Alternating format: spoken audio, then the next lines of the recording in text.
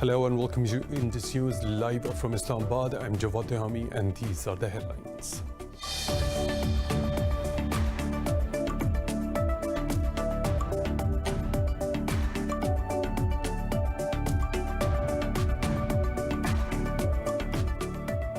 Pakistan has once again rejected New Delhi's claim that Kashmir is India's integral part, saying the state is an internationally recognized disputed territory. Rebutting New Delhi's response to Prime Minister Imran Khan's speech at the UN General Assembly, Pakistan's representative JULIAN said Kashmir is not a part of India. It was never and never will be. China said India's accusations on India of promoting terrorism are a shameful attempt to deflect world's attention from the real issues.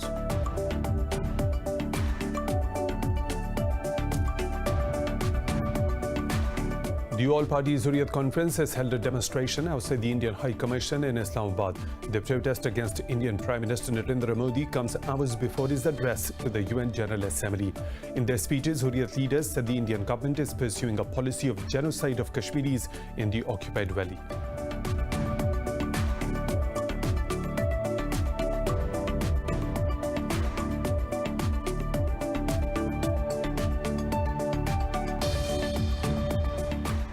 US Special Envoy Zalmay Khalilzad says the Taliban will not accept a ceasefire until an agreement with the Afghan government is sealed. In an interview, he said US wants the Afghan war to end as soon as possible, but there is no deadline for intra-Afghan negotiations to succeed. Earlier, Iran's ambassador to Kabul, Bahadur Aminian, said talks without foreign interference are the only way to bring peace to Afghanistan.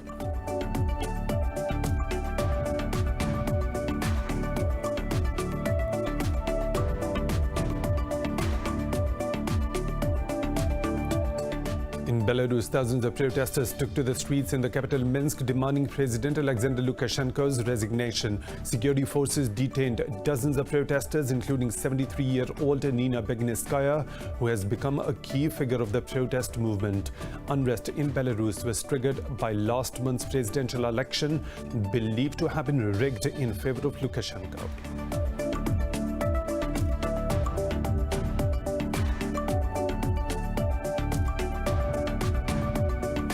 India's COVID-19 cases have crossed 5.9 million with a spike of over 85,000 infections and 1,089 deaths in the last 24 hours. The number of coronavirus cases in France has passed 500,000 after recording nearly 150,000 infections in the past 2 days. In Pakistan, 7 people have died overnight, taking the toll to 6,451 with more than 309,000 cases.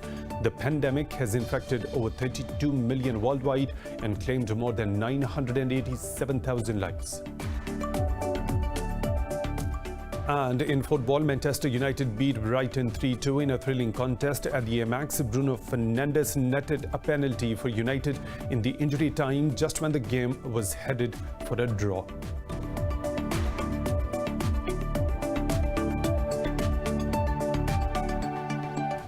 Those were the headlines and detailed stories. Right after a short break, stay tuned.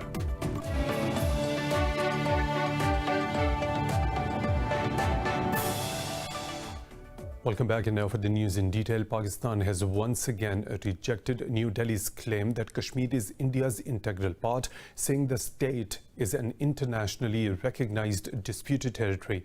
Rebutting New Delhi's response to Prime Minister Imran Khan's speech at the UN General Assembly, Pakistan's representative JULIAN said the disputed state is not a part of India. It never was and it never will be. The Pakistani delegate said India can only claim to be a military occupier of the valley.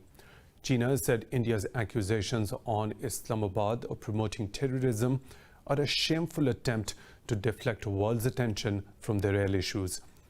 China termed India as a mothership of terrorism, saying New Delhi uses it against each of its neighbors, its own people and the Kashmiris. The Pakistani side said India should put its own house in order, strive for regional peace based on equality and mutual respect to settle the disputes. Earlier, Pakistan's Prime Minister Imran Khan called on the world to probe crimes against humanity in Indian-occupied Jammu and Kashmir. In a video address to the UN General Assembly, Khan said the global body must ensure that Kashmiris get their right to self-determination. This report has more. Pakistan's Prime Minister Imran Khan highlighted the core issues of the region while addressing the 75th UN General Assembly session. Khan said India is being ruled by an extremist ideology which believes in the ethnic cleansing of minorities, especially Muslims. He said the Kashmir dispute has been rightly described as a nuclear flashpoint, adding that India has put a legislation in place to alter the demographics of the occupied valley. The Premier said this is a war crime under the 4th Geneva Convention. Despite constant Indian provocations and ceasefire violations along the line of control and the working boundary, targeting innocent civilians, Pakistan has exercised maximum restraint. We have consistently sensitized the world community about a false flag operation and another ill-conceived misadventure by India. I want to make it clear that any attempt by the fascist, totalitarian, RSS-led Indian government to aggress against Pakistan will be met by a nation that will fight for its freedom to the end. Referring to the Palestinian-Israeli conflict, the Prime Minister called for a two-state solution in line with UN resolutions. The Prime Minister said Pakistan played a vital role in Afghan peace process and expressed full support for ongoing talks in Doha. Pakistan fully facilitated the process that culminated in the US-Taliban peace agreement on 29 February 2020. Pakistan is deeply gratified that it has fulfilled its part of the responsibility. The Afghan leaders must now seize this historic opportunity to achieve reconciliation. He said the coronavirus pandemic was an opportunity to bring humanity together, but it has instead fanned nationalism and given rise to racial and religious hatred and violence against vulnerable minorities in several places. The one country in the world today where I'm sad to say the state sponsors Islamophobia, and that is India. The reason behind this is the RSS ideology that unfortunately rules India today. This extremist ideology was founded in the 1920s. The RSS founding fathers were inspired by the Nazis, and they adopted their concepts of racial purity and supremacy.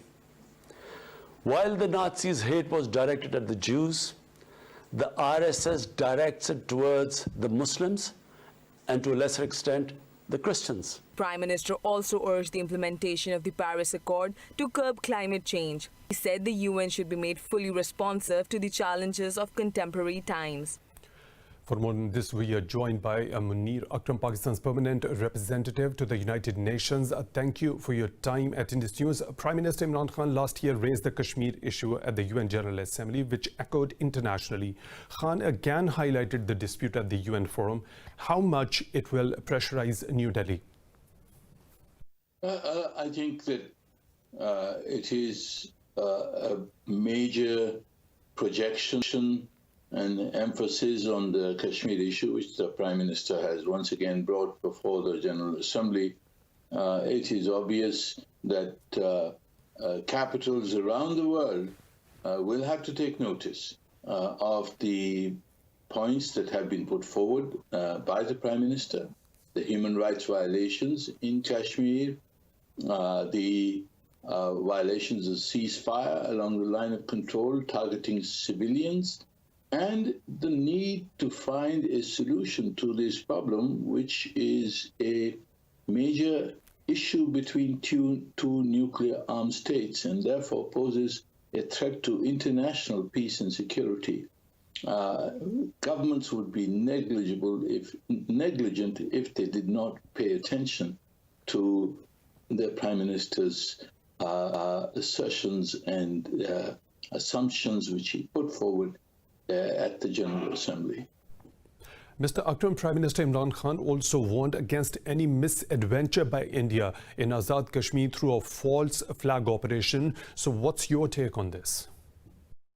We've always warned the world that India in the past has mounted several false flag operations, terrorist incidents, in order to frame Pakistan and create a cause or justification for aggression against Pakistan. This goes back to even the 1970s. This is the Indian modus vivendi of how they operate.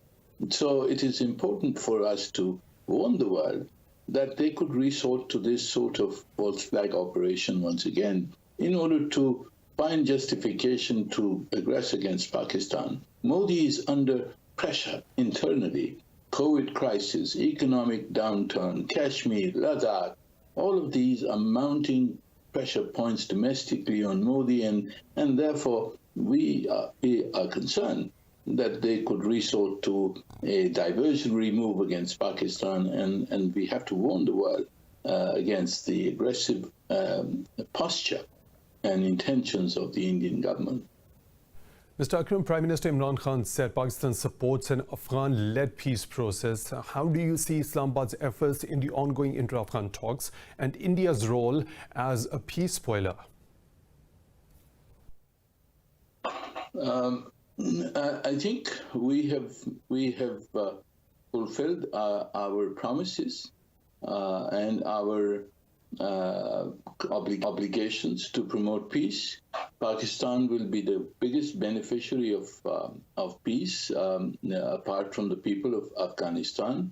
We will be able to have the end of terrorism from Afghanistan. We will be able to return the refugees, and we will have the ability to connect with Central Asia through Afghanistan. And these are major benefits that we could derive. So we will try and be helpful. But finally, ultimately, it is the responsibility of the leaders of Afghanistan and the people of Afghanistan to find reconciliation amongst themselves. And this is their responsibility. We will help them. We can't do it for them. Mr. Munir Akram, Pakistan's permanent representative to the United Nations, thanks for talking to Indus News. We really appreciate that. Now, moving on, the All Parties Hurriyat Conference has held a demonstration outside the Indian High Commission in Islamabad. The protest against Indian Prime Minister Narendra Modi comes hours before his address to the UN General Assembly. In their speeches, Hurriyat leaders said the Indian government is pursuing a policy of genocide of Kashmiris in the occupied valley. They said New Delhi is trying to change the Muslim majority status of the territory by providing domiciles to non-Kashmiris.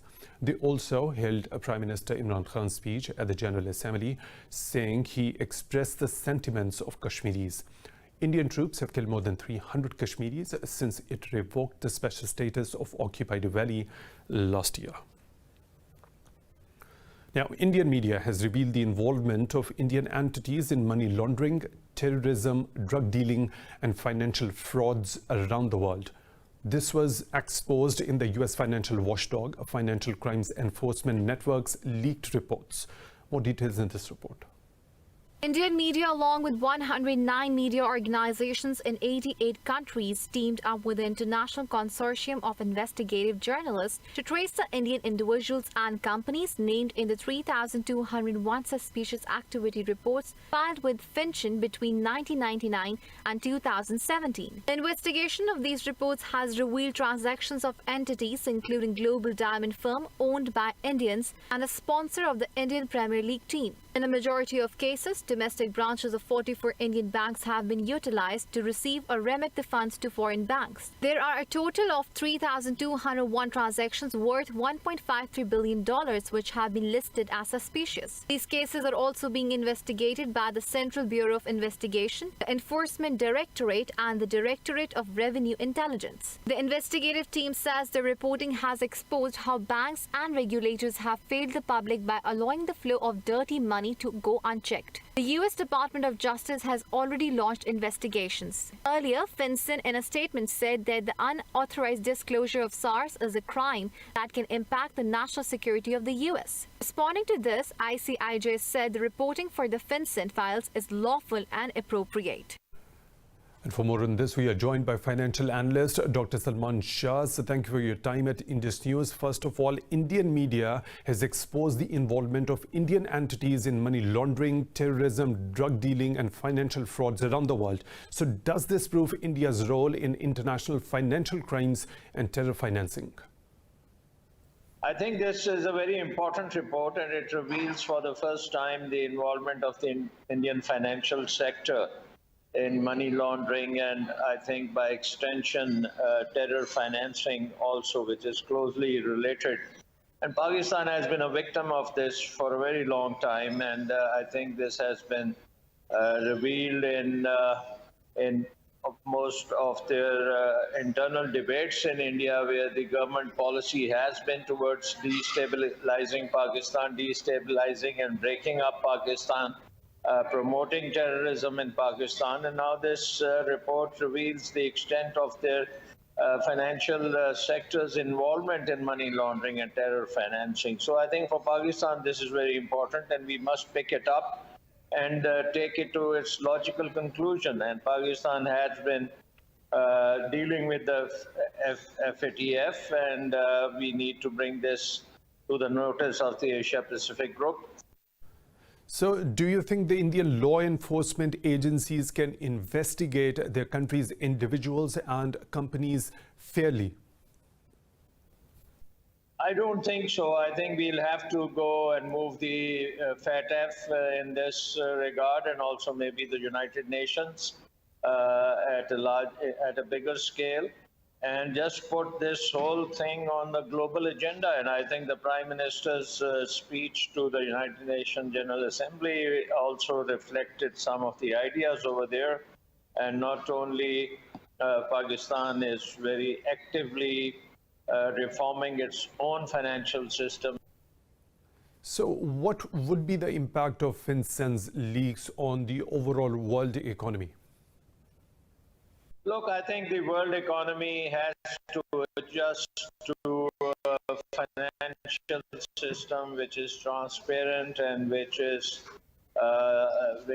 really devoted towards commercial activities rather than being infected by illegal money laundering or terror financing, drug money, corruption money. All these things, we need to eliminate them from the international financial system. It's a very difficult task. It's not going to be easy. Dr. Salman Shah, thank you for talking to Indus News. Really appreciate that. Now, moving on, U.S. Special Envoy Zalmay Khalilzad says the Taliban will not accept a ceasefire until an agreement with the Afghan government is sealed. This comes as violence has spiked across the country since direct talks between the two warring sides started in Doha earlier this month. In an interview, he said the launch of the inter-Afghan talks is an extraordinary development in contemporary Afghan history.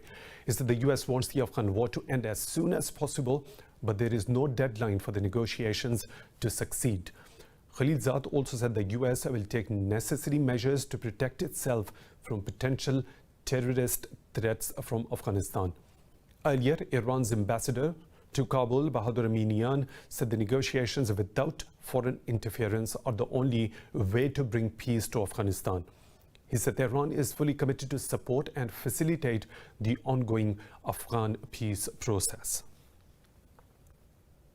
In Afghanistan, 6 people have been killed in a landmine explosion in the northern Kunduz province. A government spokesperson said a tractor trolley carrying civilians hit a landmine in the Ramazani area of Ali Abad district. The official held Taliban responsible for planting the landmine, but the group has not yet commented on the incident. It's time for a short break. We'll be back with more stories. Stay tuned.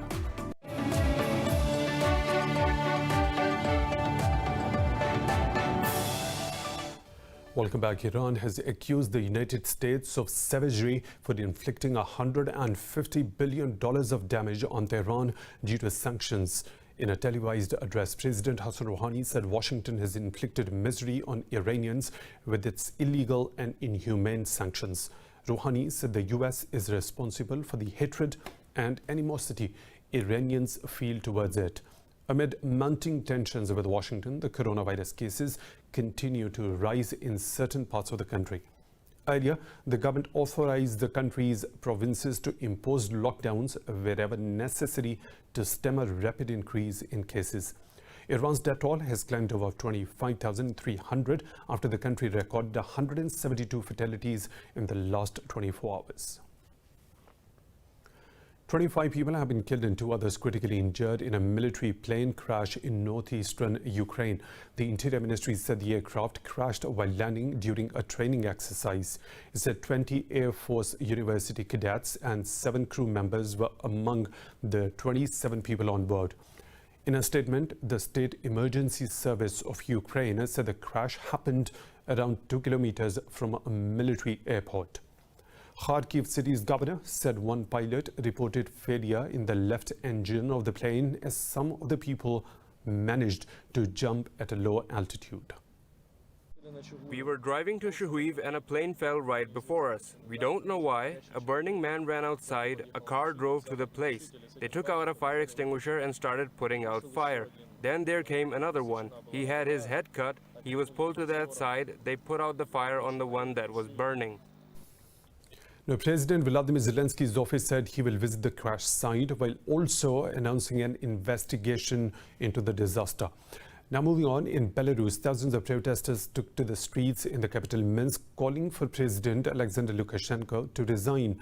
Security forces detained dozens of protesters, including a 73-year-old activist, Nina Begineskaya. Begineskaya has become a central figure of the protest movement after scuffling with police last month. A large number of women participated in the protest, with one group chanting in favor of the opposition politician Svetlana Tikhanovskaya. Unrest in Belarus was triggered by last month's presidential election, believed to have been rigged in favor of Lukashenko, but the president denies any wrongdoing. Russia says the U.S. presence in the war-torn Syria is illegal. Russia's Deputy Foreign Minister Sergei Vereshnin said Washington's presence in Syria's Al Jazeera and Al Tanaf region is unlawful. In an interview, Vereshnin said the continued plunder of the Syrian national wealth, such as oil, was totally unacceptable. He said despite differences over several issues, Moscow is in contact with Washington in Syria through military diplomatic channels. Earlier, Russia's Foreign Minister Sergei Lavrov and his Iranian counterpart Mohammad Javad Zarif said any foreign presence in Syria without the country's consent violates international law. Lavrov said the presence of foreign troops in Syria is in a breach of UN Security Council Resolution number 2254. Russia says it intercepted 2 U.S. bombers approaching its airspace over the Baltic Sea. Russia's National Defense Management Center said the Sukhoi 27 fighters from the country's Baltic fleet cut off the targets. The center said the jets approached the U.S. Air Force B-52H bombers at a safe distance. It said the entire flights of the Russian fighters proceeded in strict compliance with the international rules of using the airspace. The center said the Russian pilots did not let the intruding aircraft to violate the Russian borders. Meanwhile, Russia's military chief, Valery Gerasimov, said the U.S. and NATO are conducting military drills close to the Russian border. Lebanon's Prime Minister-designate has resigned after failing to form a non-partisan government. Mustafa Adib announced his resignation after his meeting with Lebanon's President Michel Aoun. The outgoing Prime Minister was chosen on August 31st to form a cabinet amid the country's worst political and economic crisis in recent times. Mustafa Adib tried to form a government in a political landscape dominated by sectarian divide and power-sharing model between Muslims and Christians. Key cabinet appointments have reportedly become the bone of contention in the negotiations amid stalled talks with the International Monetary Fund over a vital bailout. At least 7 Palestinians have been injured after Israeli forces used rubber bullets on protesters in the occupied West Bank. The protesters were demonstrating against settlements building in the occupied territory. A journalist covering the demonstrations was also hit by the rubber bullets fired by the Israeli forces. The demonstrators held protests in the town of Kafar Kadum, north of the West Bank. Israel occupied Jerusalem and the West Bank following the 1967 Six-Day War and began establishing settlements in the area. Beijing has accused Washington of maliciously slandering its diplomatic missions and staff in the U.S. At a briefing, China's Foreign Ministry spokesperson Wang Wenbin urged the U.S. to stop the smear campaign, saying Washington is provoking trouble. Wang said Beijing's diplomats strictly adhere to the international law. He said Washington should fulfill its obligations under the diplomatic code and agreements between both the nations. Beijing's rebuke comes after U.S. Secretary of State Mike Pompeo accused China's General Consulate in New York of conducting espionage. In recent months, both the countries have been involved in a tit-for-tat closure of consulates and media outlets. Greece has expressed optimism over holding talks with Turkey to find a diplomatic solution to the tensions in the eastern Mediterranean. In his address at the UN General Assembly, Greek Prime Minister Kyriakos Mitsotakis said he hopes to forge a partnership between the rival neighbors. Greek Prime Minister Kyriakos Mitsotakis said he is ready to cooperate with Turkey and act as a bridge builder for Ankara and Europe. Referring to the start of exploratory talks between Turkey and Greece, Mitsotakis said it is a step in the right direction. He decried the escalation of tensions, saying the partnership between the close neighbors remains a possibility. The Greek premier said both the states should consult with the International Court of Justice to solve the outstanding issues if the talks fail. Authorities in Turkey have issued arrest warrants for 82 people over pro-Kurdish protests 6 years ago. In a statement, Ankara Chief Public Prosecutor's Office said police were on the hunt for the suspects in the Turkish capital and 6 other provinces. The prosecutor's office said crimes committed during the protests included murder, attempted murder, theft, and damaging property.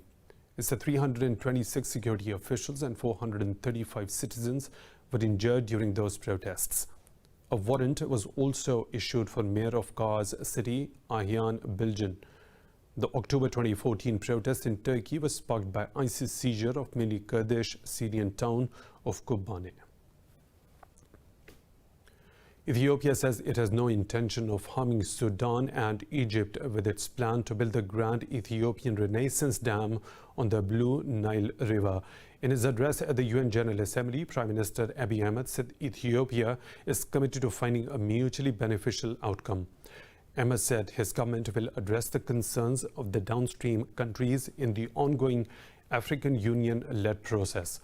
The 3 states have so far failed to strike a deal on the operation of the controversial dam before Ethiopia began filling the reservoir in July. Ahmed said Ethiopia only wants to meet the electricity demands of over 65 million people in the country. I want to make it abundantly clear that we have no intention to harm these countries. What we are essentially doing is to meet our electricity demands from one of the cleanest source of energy. We cannot afford to continue keeping more than 65 million of our people in the dark.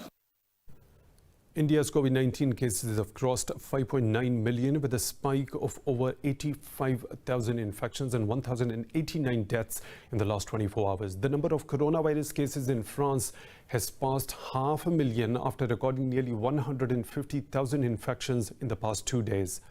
The pandemic has infected over 32 million worldwide and claimed more than 987,000 lives. More in this report.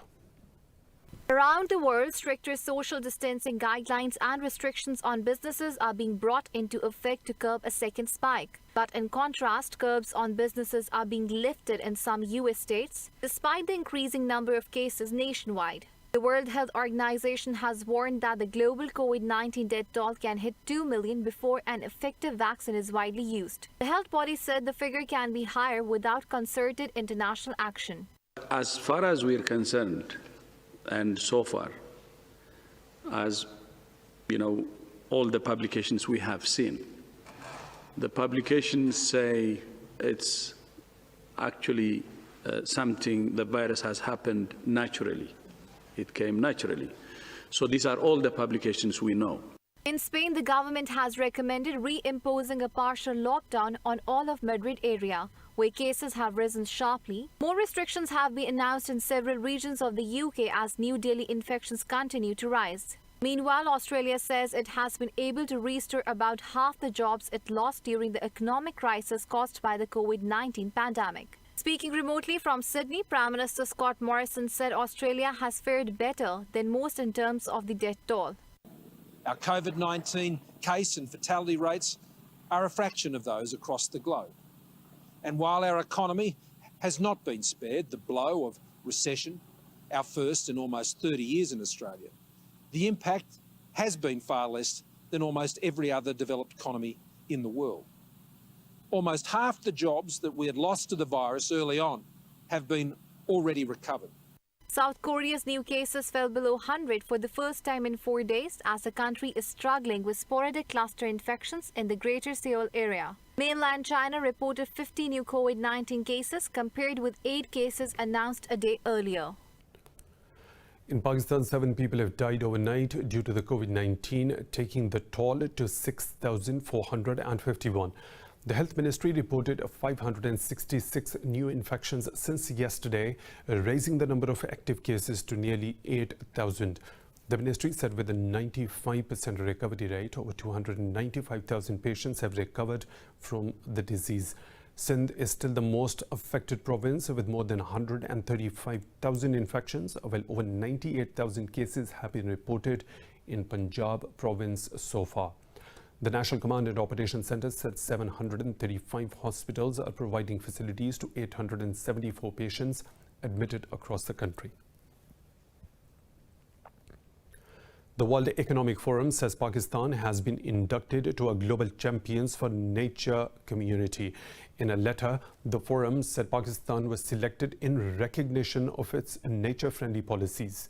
It said the country's approach to fighting climate change, nature degradation and loss of livelihoods hold lessons for everyone. It said the country will now be part of a community to lead the way to a nature-positive global economy and halt nature loss by 2030. In August, over 1 million volunteers planted trees as part of Prime Minister Imran Khan's 10 billion tree tsunami initiative. Farmers in India's northern Amritsar city have blocked railway tracks as they staged a protest over the new passed farm legislation.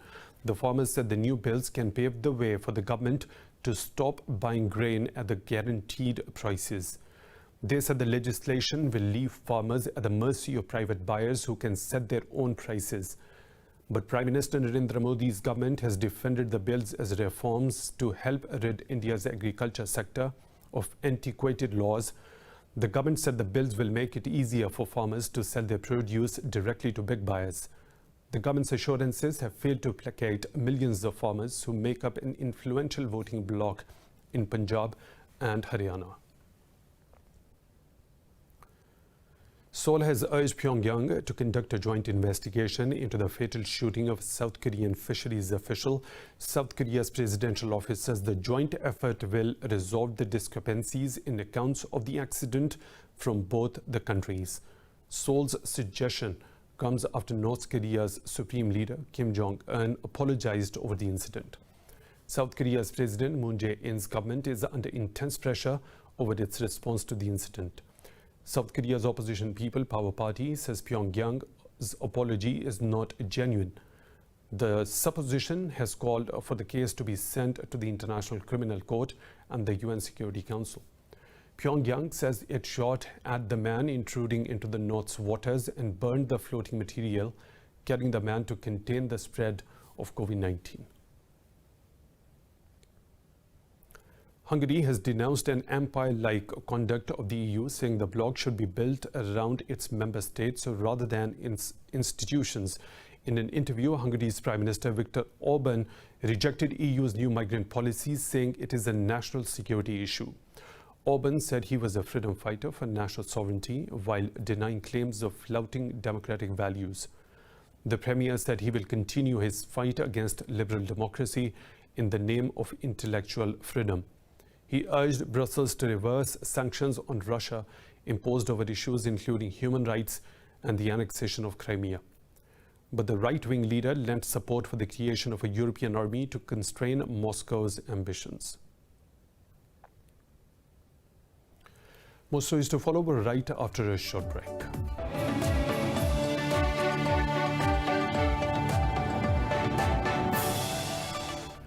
WikiLeaks founder Julian Assange's extradition case has been delayed until after the US presidential elections in November. London's Old Bailey Court Judge Vanessa Beresta agreed to Assange's lawyer's request for time to prepare his closing arguments.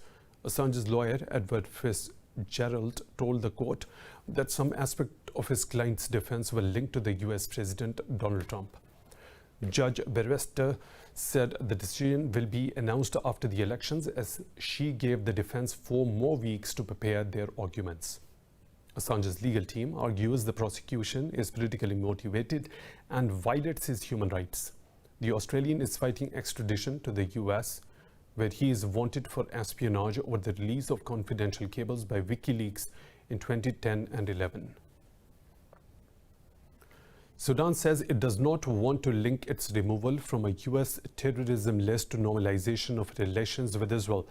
Prime Minister Abdullah Hamdok said the country is facing hindrance to foreign funding due to the US terrorism list. He said the topic of normalizing ties with Israel needs a deep discussion. Earlier, the US officials indicated that they wanted Khartoum to follow the UAE and Bahrain to open ties with Israel.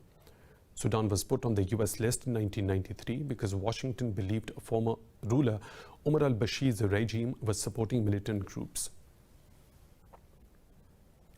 In Nigeria, at least 30 people have been killed in an attack by the Boko Haram terror group on a convoy of a state governor.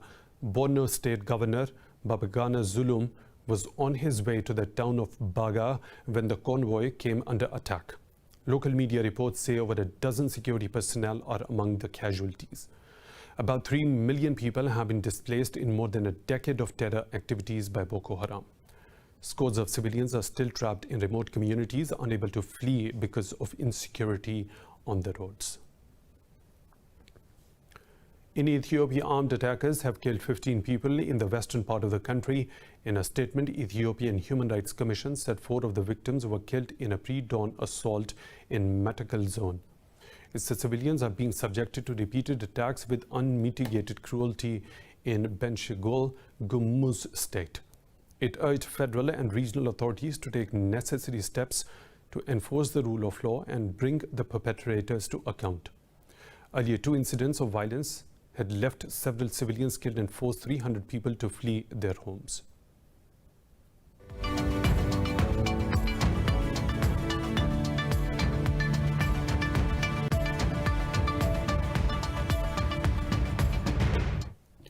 Amid escalating tensions, the US has imposed restrictions on exports to China's biggest silicon chip maker.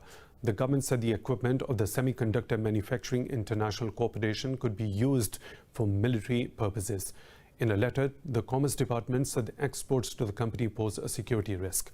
It said suppliers of certain equipment to the company will now have to apply for individual export licenses. This is the second leading Chinese technology company to face.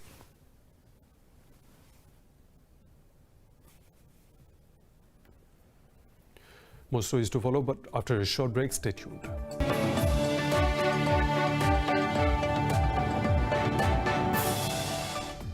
Coronavirus has hit the world economy hard, particularly the airlines industry.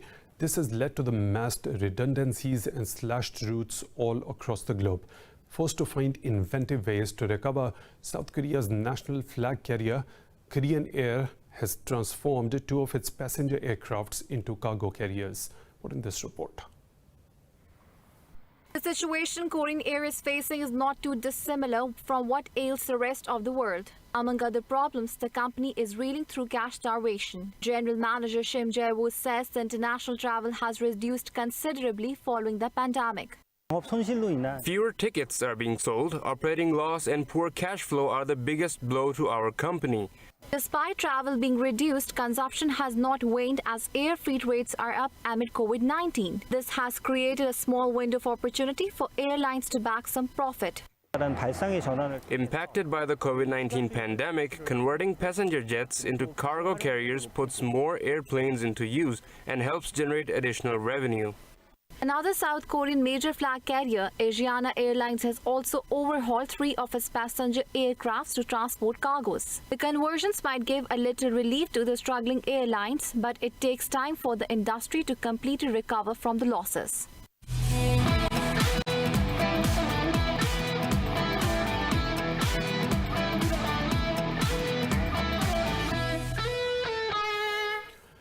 In the English Premier League, Manchester United beat Brighton 3-2 in a thrilling contest at the Amex. Bruno Fernandes netted a penalty for United in the injury time just when the game was headed for a draw.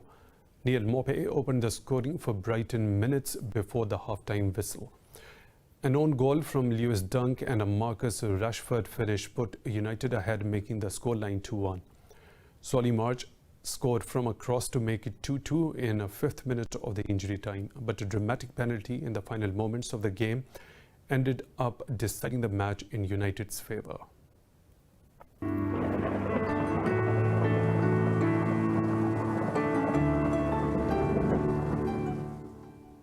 Another weather situation from around the world.